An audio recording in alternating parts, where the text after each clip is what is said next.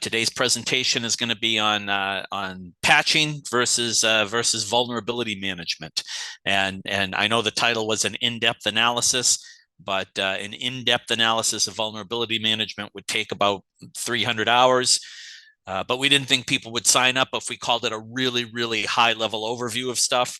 So the goal today is going to be talking a little bit about what we see out there going on versus with patches and vulnerability management and the differences between them.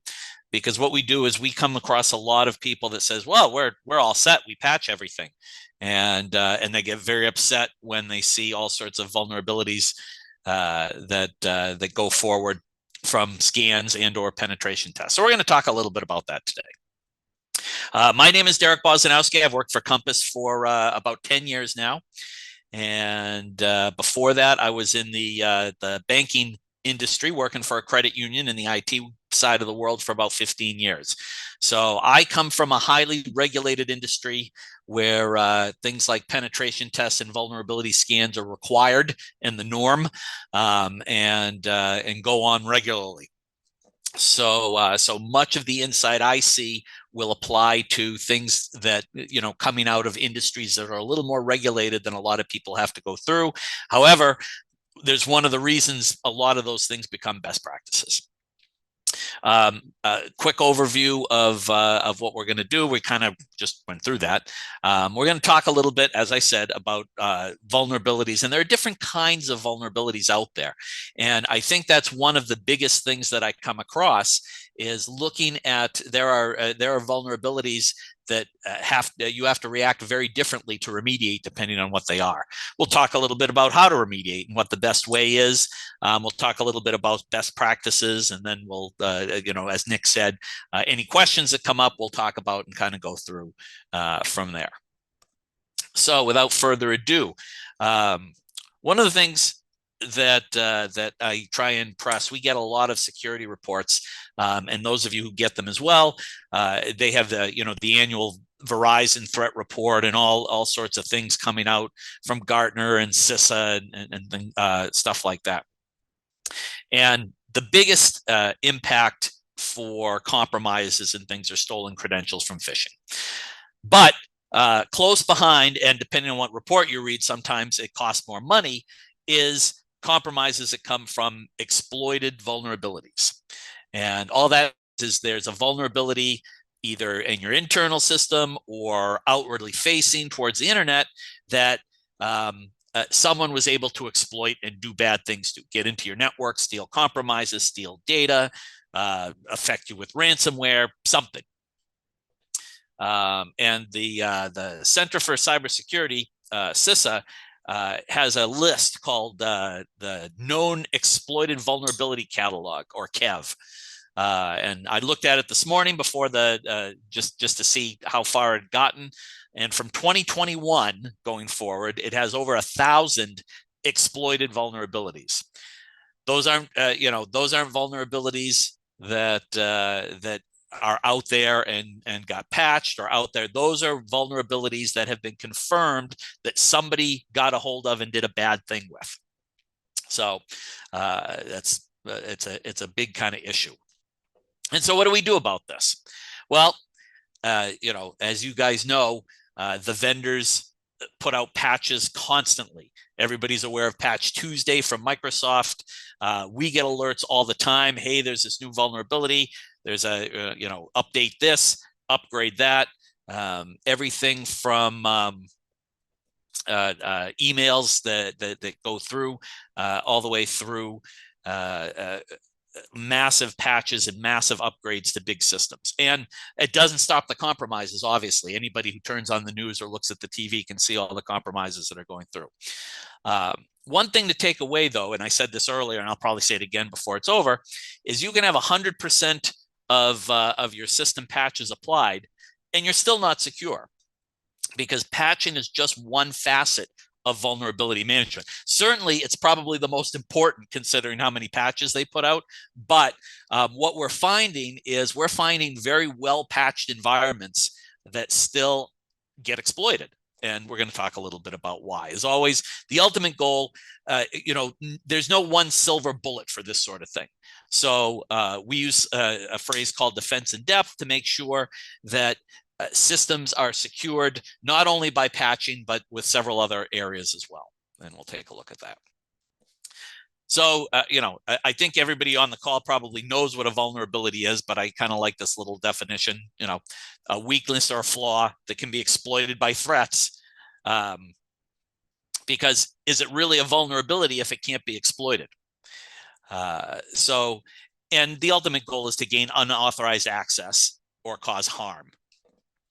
So why are there vulnerabilities? Well, people are putting out programs all the time, new apps, new APIs, updates to other programs and things like that. And programmers aren't perfect. Even coding with AI, you see problems and things like that. So mistakes are made. It introduces vulnerabilities. They can upgrade. People will be perfectly happy with a version of Windows, and they upgrade from 10 to 11, and all of a sudden there are all these new vulnerabilities. So new features, upgrades can cause holes in an environment that was previously stable. And don't forget, too, that it's a constant battle with people out on the dark web and people attacking you. You're putting in all this new security software, you're doing patches, they're trying to find ways around them. So even if a vulnerability isn't known about today, an attacker could figure out something, how to leverage something that nobody knows about. And we'll talk a little bit about that as well. So everything's always changing where that sort of stuff is coming in. So let's talk a little bit about the types of vulnerabilities that we see out there. And I threw the first bullet, which is physical vulnerabilities. We're not going to talk much other than right now, but be aware, in terms of what a vulnerability is, a physical vulnerability can be just as crucial as all the vulnerabilities that we talk about with patching and information systems and things like that. If you don't have access controls into your server room, if you don't monitor who goes in and out, if you don't have cameras up, if there are no water sensors or fire extinguishers or things like that, that's a physical vulnerability that could be exploited by somebody internal or somebody external. Again, we won't talk about it much more, but we have a whole team here at Compass that does social engineering exercises, and they don't try and get into your systems, and they don't try to get figure out and steal your data. They go in and see if they can get into your buildings and get into your server rooms and steal things from you on site. And where those are all vulnerabilities that if you remediate them, you can close holes on it. So that kind of we'll start with old school and start at the top and move our way forward. So the next type of vulnerability I have on the list is a configuration vulnerability. Now, this isn't one that hopefully that a vendor did or things like that, although it could be if you're using a third-party vendor. But this is a vulnerability where having something not set up properly leads to a hole in the environment that could be exploited. Back in the day, working for the credit union, we were setting up new servers and things like that and running pen tests. And one of the reasons we run those tests is because we got back a result saying, for this outward-facing device, you have Telnet turned on. And it was just a mistake. It should have been shut off as part of the process. It wasn't, but it was a hole that was set up. If you think internally, a lot of the scans and things, a lot of bad actors try and get across certain ports and going forward. So if you think, if you have an environment that has open ports, i.e. you can communicate along anything to anybody, that can be a configuration vulnerability because you haven't locked those things down. The next type of vulnerability are the ones that people are very, very familiar with. It's a patchable vulnerability. And what this is the vendor is aware that there's a problem. Usually a security issue. It could be it could be an upgrade or anything else like that. But for the point of this conversation, let's talk about it as a security item. It's a vulnerability that's known to the vendor, and a fix has been created, i.e. a patch that can be installed. I say think Microsoft here, but I can't tell you how many times I reboot Chrome to install the latest updates. Adobe is constantly updating in some of the environments that I work for an ISO with. So these are all vulnerabilities that have fixes. And if you don't install these, you leave your system open and ripe for compromise. So it's the most common way that people think of vulnerabilities. Do we have a patch for this? How do we close this? And so we talk about that publicly probably the most. Another one that's similar to configuration vulnerabilities are an access vulnerability. In this case, when I talk access vulnerabilities, it's not the configuration side, i.e. somebody's been configured wrong. But in this case, in the old days, we used to see people get admin access to fix a problem. Oh, this application isn't running. Well, what are we going to do to fix it? Oh, well, we're just going to grant local admin rights to everybody. You've just now opened up a huge hole to fix something with an application. Although that happens a little bit less often than it used to, we still take a look, and when we run scans all the time, we can see things out there like local admin passwords never expire. And that's considered a vulnerability because if it never expires, it could be exploited eventually and taken a look. And I'm sorry I didn't advance the slides when I talked about access vulnerability. My apologies. And then the final one that we'll talk about, and again, you could get into all sorts of crazy subcategories and stuff like that, but the word zero-day vulnerability, it's been thrown around an awful lot. All a zero-day vulnerability is a vulnerability that was exploited, and it is now day zero because the vendor or however the vulnerability exploited, nobody's had the time yet to develop a patch or a workaround. So basically it starts on day zero rather than, hey, this vulnerability has been out for 180 days. It should have been closed. Nope, brand new, day zero. And there are a lot of them out there. The one that's near and dear to my heart lately was Log4j because it's so publicized and so written up in terms of coming up with workarounds first and then eventually getting the patches and things like that. So zero-day vulnerabilities will come out all the time and need to be addressed outside of a regular patching cadence, because in most cases, when you learn about them, there is no patch. So what do you do? So now that we've described the vulnerabilities, let's talk a little bit about how you detect them.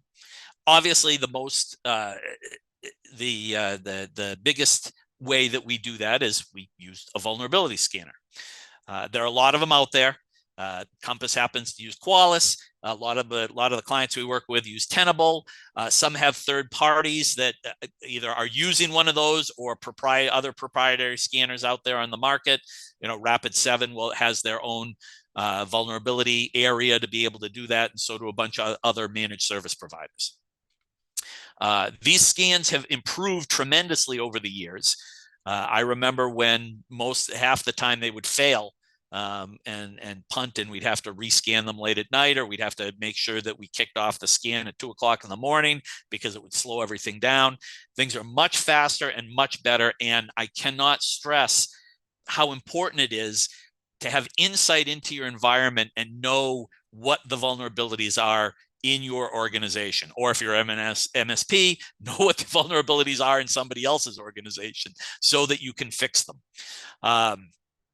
Many scanners now and many security tools use agents. You install a little agent on the desktop or the server or the endpoint, and it will report back with vulnerabilities and things. So active scans are a lot less common.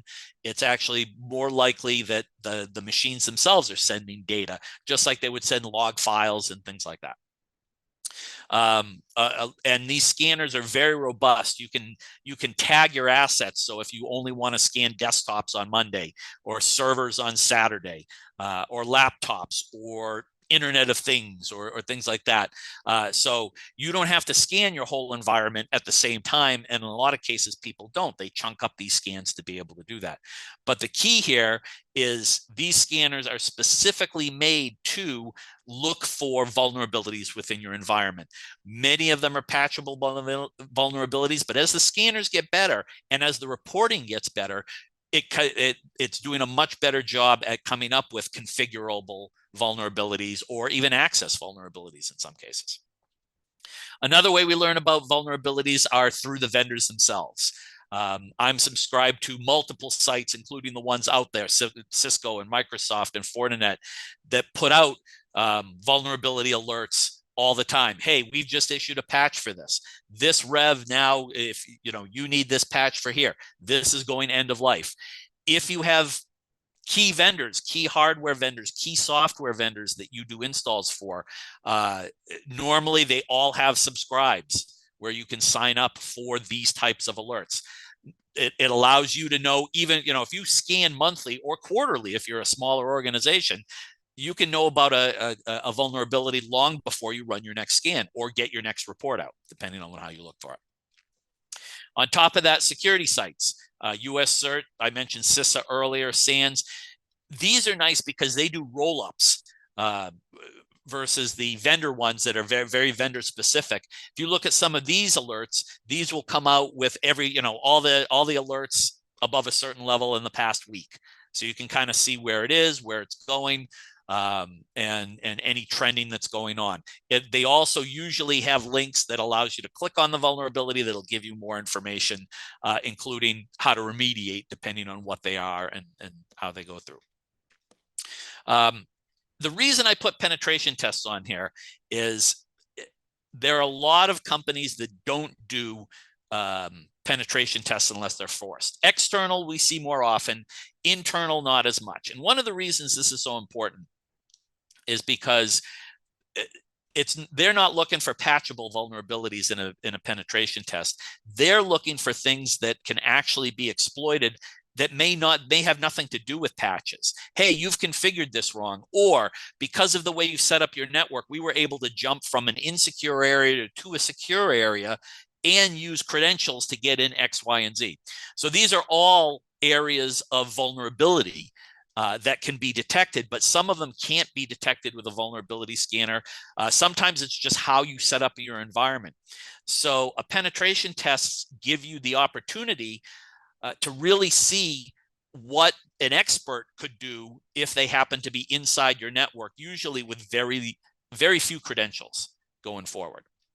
So there are also some regulatory requirements to this. If anybody is required to do Graham-Leach-Bliley now, penetration tests are a requirement on them along with vulnerability scans. PCI, debit and credit card processing, has required these for years to have these go on. So more and more people are seeing the value of having a third party come in and test your environment. And again, you've hired these people. I know from an IT standpoint, it may look like a negative impact because it's discovering all this stuff, half of which you might have known about already. But sometimes it gives you the push and it gives senior management the push necessary to, if there's a budget consideration, get these fixed, or just be aware of, hey, this is stuff that needs to take priority from an IT area. And then the last bullet talks with about a CVSS score. Most of the scans, most of the vulnerabilities come out with something called a common vulnerability scoring system, and runs between 0 to 10. 10 is holy crap, we're in trouble. This is a big thing. 0.1 to 3.9 half the time is more informational and may not affect you, but it's a sliding scale. They have been through multiple revs of this, and with each rev, they get more and more sophisticated. I'm not necessarily going to spend a lot of time, but my next slide is a little bit busy, so I wanted to preface. This is how vulnerabilities are commonly ranked. And so if you look, we're always talking about you've got to make sure you patch critical vulnerabilities right away. And then high vulnerabilities as soon as you can, maybe within 30 days. And then you look at how quickly you do mediums, how quickly you do lows. Hopefully you're not spending a lot of time patching the nuns. I'm not even sure why that's out there. But so currently they're on version 4 of the CVSS. And all this is when people discover vulnerabilities, they rank it based on a number of criteria. And with each version, they've added more and more criteria to kind of take a look at what the true risk of this vulnerability is. So concentrating on the little, I don't know if it's pink or purple, one on the left, those are, they call that the base metric group. So a lot of the vulnerability companies, or the companies that say, hey, we have a vulnerability in here, give those kind of metrics that come out. What's the, how likely, what is the attack vector? How hard is it to use this vulnerability, to exploit this vulnerability? What's the requirement? Can it be done with common user? Does it need admin credentials? And so forth and so on, and everything else like that. Over the years, and I believe version 4 just came out less than a year ago, they've added stuff to kind of tweak, because what they found out, and we'll take a look at this in the next slide, is that even though something is ranked with a 9 or a 10, it may not be that critical depending on who you are and what you're doing. So it can take all this stuff into account when it does it. The one thing it can't truly take into account is your personal environment when you're taking a look at that. So now we've done the vulnerability scans or the pen test or whatever it is. We've seen the vulnerabilities that are out there. We've ranked them in terms of 0 to 10, 0 being nothing, 10 being, oh my God, if we don't fix this tomorrow, we're out of business. So what do we do next? Well, most people would say, oh, well, we patch them and go through and we fix them and everything else like that. And that is the answer. Yes, you do. But I want to talk a little bit about how how vulnerability and risk work together. Because even with a vulnerability of 10 or 9.5 or something else like that, depending on who you are and what you do, it may not be worth paying attention to, quite honestly. So I looked and I came up with a couple of examples, three different vulnerabilities that can be out in the wild. And the first one is just a remote code execution, and basically that means somebody outside of the organization can exploit code and go in and make changes and get places they shouldn't be and do things they shouldn't do. Ranked 9.4. So that one's, that's pretty high. And you look at that one, you say, holy cow, we're in big trouble. And, but then you take a look a little deeper and say, okay, this router that the vendor came out with the vulnerability for, we don't use it externally facing. It doesn't talk to customers. It doesn't talk to the internet or anything else like that. All it does is pass traffic from one internal segment to a secure internal segment that nobody can get into. And we've got good, we've locked it down. We've got good software on it. We're doing audit and logging, and there's no internet on those segments at all. So then we look at example number 2. Okay, well, we've got an authentication bypass. Well, that's a fancy way of saying, hey, we can log into places we shouldn't, but it requires a physical login. It's not remote access or anything else like that. You have to stand in front of the machine to exploit this. But it's on all PCs that this company is using. So, and there's nothing special about this. It's just sitting out there on the network, no security compensating controls in place or anything else like that. Then we look at example number 3, and this shows you how old I am, is because I don't think there's there's a router out there that runs WEP anymore for wireless, and if it does, it's really, really, really old.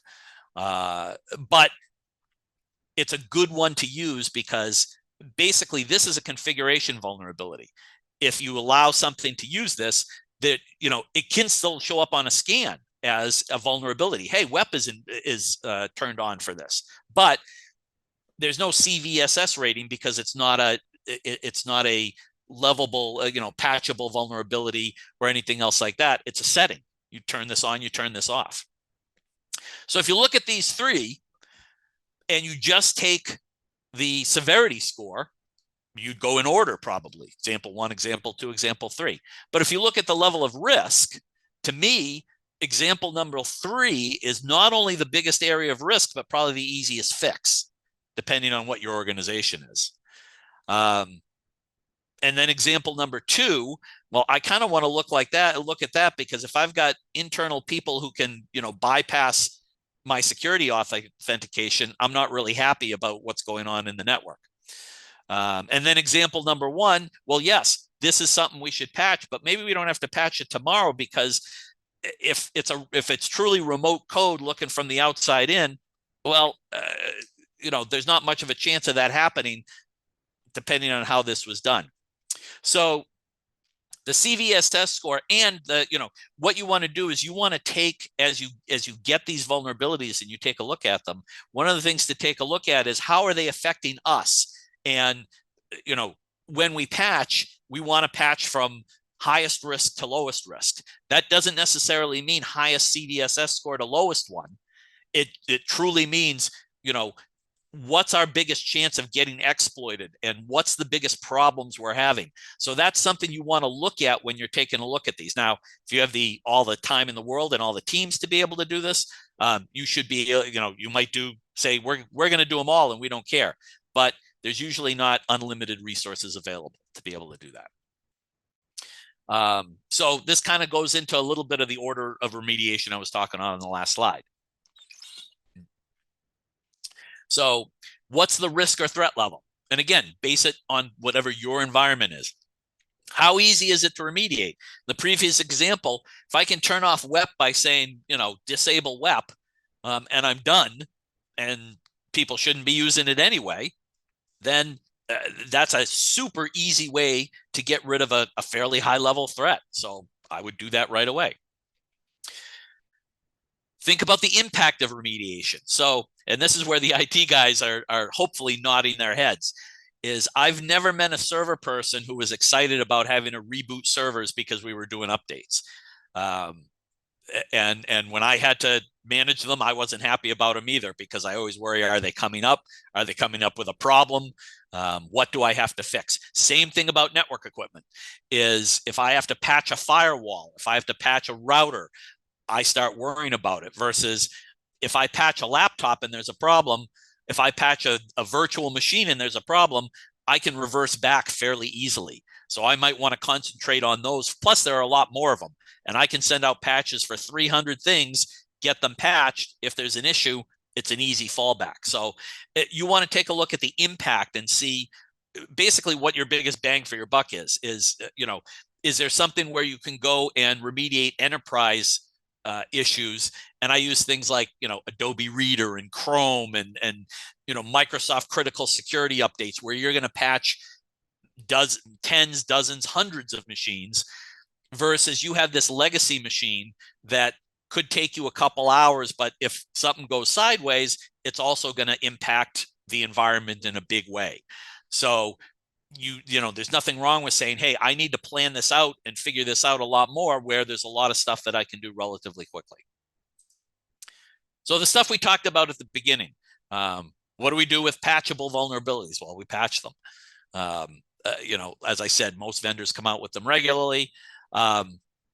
Small companies, you could be, we deal with people that are 6, 7 people, don't even have a domain. But vulnerabilities can be exploited whoever you are. So in that cases, a lot of companies will just turn on auto patching. On my laptop, it doesn't do an auto install, but does an auto download, tells me it's ready. 99 times out of 100, I'm just going to hit install now and go forward and take care of it. Windows is good now. It will do a reboot overnight and save a little bit of time and pain and suffering. It comes on better. Larger firms usually use an automated patch program. Qualys has a patching program now. A lot of companies from Microsoft use WSUS. In the older versions, cloud, Azure equivalents, they have more, better, robust, faster things that are able to do. How easy? Like I said before, desktops and laptops, fairly easy on a patch cadence. Servers take a little bit of planning. Network equipment, when we go out, I see more holes or unpatched network equipment and unpatched VM hosts probably certainly than desktops or servers or the common stuff. People get very nervous about patching VMs or even upgrading to the next version like they should. I can't tell you how many times VM tools were severely out of rev. Not that people use them, but there were still vulnerabilities that could be exploited. And the same with the network equipment. Nobody wants to do firmware upgrades to firewalls or even more to key routers and switches. So in those cases, you want to take a look at, one, is the update actually patching a security issue? Two, is a security issue relevant to us? And then if you answer yes to those, then you take a look and go forward. But if you don't patch those, that's when the pen tester, hopefully the pen tester, and otherwise, unfortunately, a bad actor could use those as exploits. Derek, I just had a quick question here, and you Yeah, kind of touched upon it a little bit already, but I was wondering if you could sure. maybe expand a little bit more on it. I had the question was, how can small businesses without extensive IT resources effectively implement both patch and vulnerability management strategies? And before you answer that, I just want to remind everyone, feel free to send in your questions, and I will pose them immediately as they come in, just like this one. So feel free to ask away. Yep. So many of the smaller companies, and again, I did touch on that a little bit, is depending on what the system is. Like if you're doing an engineering or development system, obviously you're going to be a little bit more careful because you don't want to put in patches that are going to mess up your code or anything else like that. So there are some caveats to what I'm saying, but in most cases, if you're working on general users, or if everything is a cloud service and your laptop is just connecting in there, I would turn on auto patching, quite honestly, and you don't have that sort of stuff. There are also free tools. Tenable has a free scanner that will do vulnerability scanning for you. It's under Tenable used to be called Nessus. It's still called the Nessus free scan. There are scans for websites and things like that. If you look up, there are ways to do vulnerability management. It's not going to be perfect, but nothing is. So there are gaps in large organizations as well, but it'll at least give you insight into where you are and kind of what your vulnerabilities are out there. The other thing is, in some cases, it's worth contacting a third party, somebody who may be an expert in that. You may not need weekly vulnerability scanning and things like that based on the fact that you're tiny, you're not doing too much, you're not dealing with sensitive data, but you may want a sanity check once or twice a year that says, okay, we're doing everything right. The other side of it is a lot of small companies are leveraging Azure and AWS and things like that. They all have security tools in there that will help, that can use it, and those can be used as well going forward. So hopefully that gives you a little bit more information where that looks. So we talked a little bit about patchable vulnerabilities. Now, configuration vulnerabilities, which to me, they're a little bit more involved. And I include access vulnerabilities, access control stuff in with system configs and network configs. Because in this case, you're probably, to fix it, you need to make changes to the environment. You might need to change GPOs, change the way that access is made, and it may break other things. So you need to be aware of these. You need to go through and take care and make sure they're closed, but they may take a little bit of extra planning. One we used to deal with in PCI, not so much anymore, but we still see it out there, is old SSL and TLS vulnerabilities. And PCI said you can't have those. You can't use any SSL, and TLS older than actually 1.2 now, 1.1 and 1.0, but they show up on all the desktops if you have an older desktop, because they were installed by default. So you have to either go in and figure out how to block them at the desktop level, or block them using a GPO, or go through it. And all they are is if there's no other way to communicate, then it will go to those lower level security ciphers and kind of run traffic that way. Because it's a vulnerability, they want to close it. But it took a lot of work to get there for some companies. In some cases, it took a couple of months before they were able to do everything. So that's part of the planning. And you want to ask yourself questions. Is this going to, you want to test it on a machine. Does it break something? Does it prevent my main systems, my main applications from running? Can I not connect to my SaaS or anything else like that? These vulnerabilities can be detected in scans more and more often. I see especially ones that say like Windows admin password is set to never expire. That's a common one I see in the and again, that's something, well, okay, my admin local password we don't use and the account is disabled, so I don't care about this vulnerability. That's one of those decisions that you make. So they can be discovered in scans. Sometimes you see them in pen test. We get a pen test report that says, hey, we were able to get onto your certificate server, create new certificates, new user certificates, and we're able to use those to leverage those to other people, places, and things in the network. So to fix this, make sure that your certificate server is set to least privilege that nobody can get to except for the people who manage the server. So that's a configuration issue that wouldn't necessarily be caught in a scan, but they're caught by somebody actually trying to exploit things for you. And we do see this neglected in some of the patching programs because they aren't patches. If you have a patch program and it's not, the vulnerability isn't a patchable vulnerability, you'll see these. And that's why the scans are important, because if I'm working as a security officer for a company and I see the same vulnerability 3 months in a row, I'm going to ask why. Why haven't these been dealt with? What's the issue? And so that's why it's important to kind of take a look at that. So 0-day vulnerabilities, we talked about this. Usually when they first come up, there are no patches. People start talking very quickly about workarounds. They talk very quickly about turning things off. You'll usually see these through security sites first, possibly very quickly with the vendor sites, depending on how quickly they come out. But again, many times people talk about workarounds. They don't talk about patches or necessarily fixes. How do we get around this? For this sort of stuff, and this is a little bit of a tangent, this is taking a look at endpoint, some of these are compensating controls. Is if you have a 0-day vulnerability on a critical system or a server, do you have good enough monitoring and audit logging and alerting to kind of come up with any changes in the environment? So I used a couple of big buzzwords here, and I'm sorry for doing that. Tools like MDR, EDR, and XDR. MDR is managed detection and response.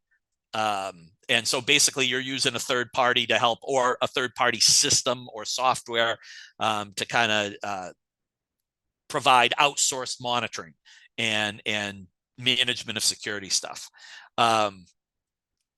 Extended EDR is extended detection and response, goes beyond endpoints themselves, looks at servers and clouds and email and stuff like that.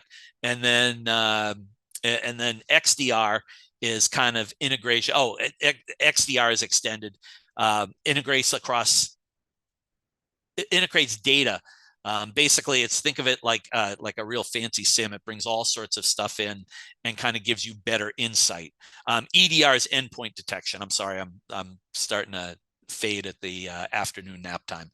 So again, MDR is managed detection and response. EDR is endpoint detection and response. So you would have agents on the endpoints usually shouting their heads off if anything looked suspicious or bad. XDR is extended, where it's gathering all sorts of sites in addition to endpoints. The security team at Compass can talk a lot more about these solutions and what is entailed with them and how they work and what could be best for you. But really, that's one of the things that we're seeing more and more out there, because there are vulnerabilities that either people don't know about yet, can't be patched, things like that. So you want to make sure your sites can report out and can protect themselves to a certain defense. And that's where we talked at the beginning of the talk about defense in depth. So there are always going to be exceptions, always going to be stuff you can't patch, always going to be stuff that you can't remediate. If you can't do it, and this goes back to the old days where I live in a regulated environment, they want things to be tracked on an exception list. And it's not a bad idea. Especially if you live in a regulated environment, you want to know what you haven't done and why you haven't done it. But, so you list what the vulnerability is, why it can't be addressed. Is it going to break something? That is a reason not to patch them. Do you consider it so low level in your environment, it's going to cost more to remediate? That's a perfectly legitimate response, especially if you've done your due diligence and you can't figure out how it could possibly be exploited. And if it's going to cost $10 million to solve something that is going to save you $500,000, you may say, you know what, we choose to accept this risk based on the cost, based on everything else like that. But this slide is more about knowing your environment, knowing what the holes are, knowing things that you might not be able to do anything about right away. Plus, it allows you to report off to senior management, C-level executives, and if you do get audited, or you're one of those companies that can get audited or can come in, if they see this stuff, usually what I find, if you can show them the list that says, oh yeah, we know all about this, but here's what we've done and here's why we haven't done it, they'll usually say, okay, you've gone through and you're doing everything that you can possibly do, versus, oh, we had no idea that wasn't out there. You don't want to go down that path. So I saved as an auditor, we always like to see policies and process docs and programs. I didn't want to start out with that because until I explained everything, it wasn't going to do a lot of good. So one of the things we always look at is, do you have a policy? Do you have a process where you can follow all this stuff? And it makes it easier, especially if you have multiple people that have to work on this, or people coming and going. If you can be consistent across the board in your vulnerability management, it's going to make things much easier. So, if you're doing a policy and a program, how are you doing? How are you doing your scanning? How are you looking at vulnerabilities? What's the scanning method? Using Quality, using Attainable? Are you using a third party? What's the cadence? How often are you looking at these reports? How often are the agents reporting up? Every 30 days, every quarter? There's no right or wrong answer. There's guidance behind it, but it's whatever works best for the company. Are you doing internal and external scans? Are you doing pen tests? Normally what we suggest is, in the policy, you set we're going to do a quarterly internal and external scan. We're going to do an annual penetration test, or say, we're going to do a test after every time we put in a brand new environment or change things significantly. How often are you patching? How often are you doing remediation? I've had policies where I call out that firewalls and routers and everything, unless there's a critical security patch, will only be reviewed every 6 months, because normally they're static and they go through that sort of stuff. And the exception list that I talked in the last area. So we're almost done, I promise. And what time am I at? 1:44. Okay, we're doing good. Couple of best practices that go along. Don't reboot servers or networking equipment without a plan. Patching is super important. Remediating is super important. You will, you're going to get beaten, and people are not going to want you to patch things unless you let people know, hey, this is going to be down from here to here. Have a backup plan, have a back out plan, have a reversal plan ready just in case. In some cases, you have to bite the bullet and go forward. In a lot of cases, if I'm doing a network stuff, I'll always make a config backup. If it's a VM machine, I'll always take a snapshot, depending on what, if it's a server or something like that. Remote staff are notoriously bad about rebooting their machines. I am one of them. Windows forces my machine to reboot every once in a while after I've installed stuff overnight. So the only way it gets remediated and fully installed is after the reboot in most cases. Bigger patches, bigger installs, bigger upgrades.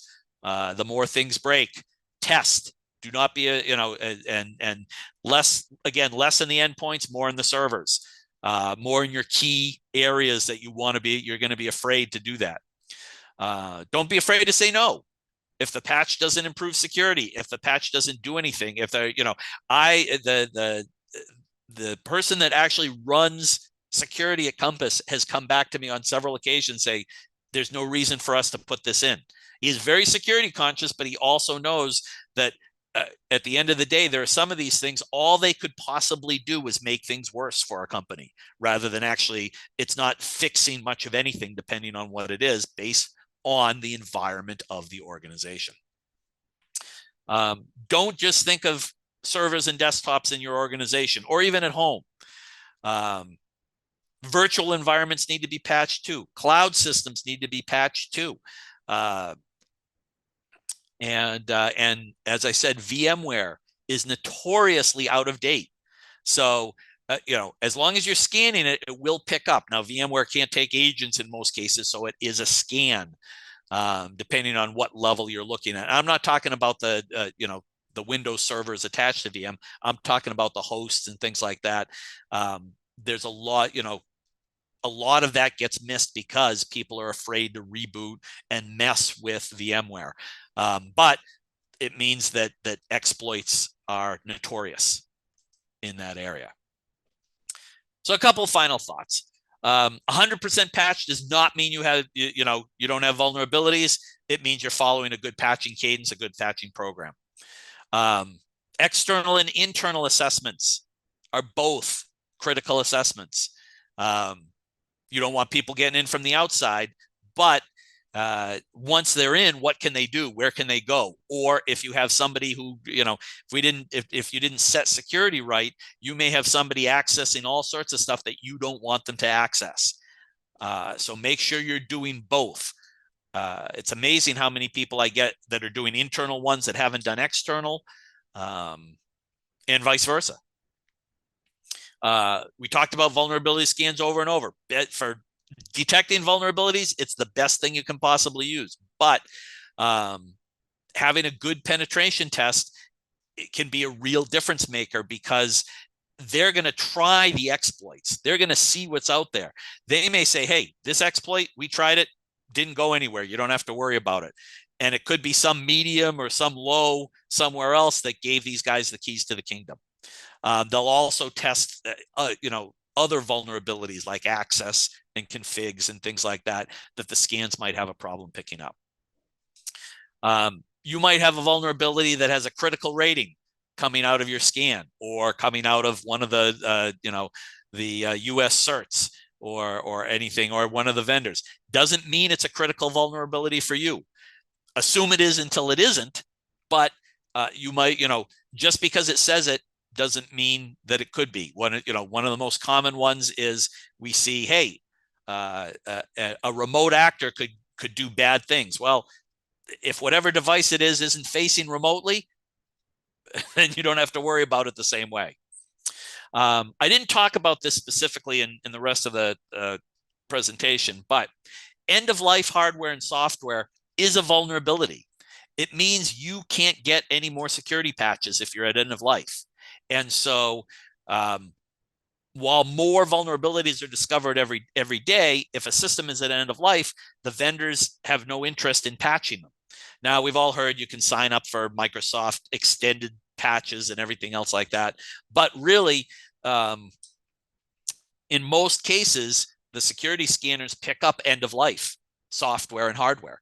And you should be checking with your hardware vendors and running the scans and looking at them. And once you've hit end of life, you're behind the 8 ball already. You should be looking a year, this is going to go end of life in a year. Do we need to budget? Do we need to get this stuff ready? Do we need to go forward? These are vulnerabilities. I have forced PCI clients to upgrade systems because we cannot sign off on things if they cannot patch vulnerabilities. That's a whole requirement in PCI is vulnerability management. So if your systems are at end of life, that means you can't patch them. That means you fail PCI. And again, this is not anything surprising, but the biggest issues lately have come from third-party vendors. I can't tell you the amount of SaaS services or third-party vendors that are helping that they got compromised. Unfortunately, at the end of the day, it's your data. So now they're telling you, and you're telling your client. Oh, excuse me. You're telling your clients for something that really didn't have anything to do with your system. So although you can't patch them, going through and talking to your vendors and making sure if you see something like a log4j or a 0-day vulnerability or anything that affects a huge swath of people, we've sent out emails to all our vendors and say, hey, prove to us you patched this so we don't have to worry about it. We got out of the practice once or twice, and we've had people unfortunately get compromised because they didn't patch their own third-party systems. So remember too, 99% of this conversation was talking about how you patch your own systems. If all your data is on other people's systems, you want to make sure you take a high-level view of the vendor and make sure that if there are critical vulnerabilities, you have the warm and fuzzies that they're going through and patching them as well. And usually that should be written into contracts or something else like that they will take security practices at least as good as yours going forward. So I think we're at 152. I am thirsty. I don't know if we have any other questions coming on. So Nick, how are we doing? I do have one question here, and I will give everyone one final chance here to submit your questions and also to set your Zoom names if you have not already to your full first and last name if you are seeking the CPE credit from ISACA New England. Let me just get that one final question for you here. And if anybody else has any other questions, this is your final chance to put them in the chat now. How do you balance the technical aspects of patch and vulnerability management with the need to communicate risks and strategies to non-technical stakeholders? All right. So there's the Qualis scans and everything there, they do get fairly technical where it comes in. And some of it is hopefully you have somebody on staff that has the ability to talk. It's actually one of the reasons that we're kind of successful at the Compass level is because I spend a lot of my time interfacing between the IT staff, who are the technical people who have to actually do all this, and the C-level executives, who I take the time to explain why this is important and why this matters so much. So in the security world, my own, again, I lean towards, I want to educate and make people understand why these risks are risky. And I'm the first one to say that I am not as technically inclined as I was when I left the IT world 10 years ago. I know what's doing. I know how to do most of it. I would need to Google a lot of it, but the goal is to be able to, and that's the thing, is to communicate to the C-level staff. A good security person should be able to explain why this is a risk and what the risk is to the organization. If a security guy is just coming and saying this is a critical vulnerability because it's log4j and it could be exploited by exploit, they're not going to get it. If you go and say, if they exploit this vulnerability, someone gets into our server and takes all our data and we can't do anything about it. And that's how you start the conversation. And it's not dumbing it down. It's making people understand what the risk of that vulnerability is. And that's why I went back. A lot of these vulnerabilities that come up as critical, the security team at Compass has taught me to look with a grain of salt and say, okay, yes, out in a vacuum, it's a critical vulnerability. And if it's exploited, horrible things could happen. But in terms of your company, how is your company set up? Is it even using, there were Cisco vulnerabilities where a bank never had those things turned on. So they were, special monitoring or they were command line vulnerabilities. And they said, well, we don't use I'm sorry, I got it in reverse. It was a web client vulnerability. They never use the web clients. They only use command line. They shut everything off. And I said, then don't bother going through that. So as long as you're not planning on turning on the web client, then there's no vulnerability for you. and wait. So it's a combination of understanding what it is and then being able to communicate, especially if you need, budgetary reasons or things like that.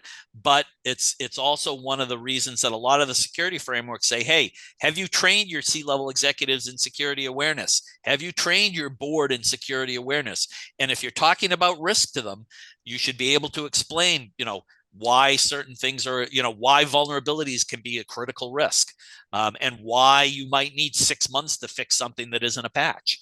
But it's still really important and it needs to go to the top level of priority.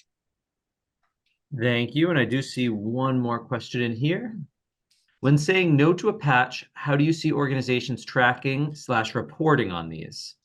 So usually you don't want to say no too often. So quite honestly, I've, one of the nice things about the vulnerability scanners is I can do a dump into CSV and set up an Excel spreadsheet.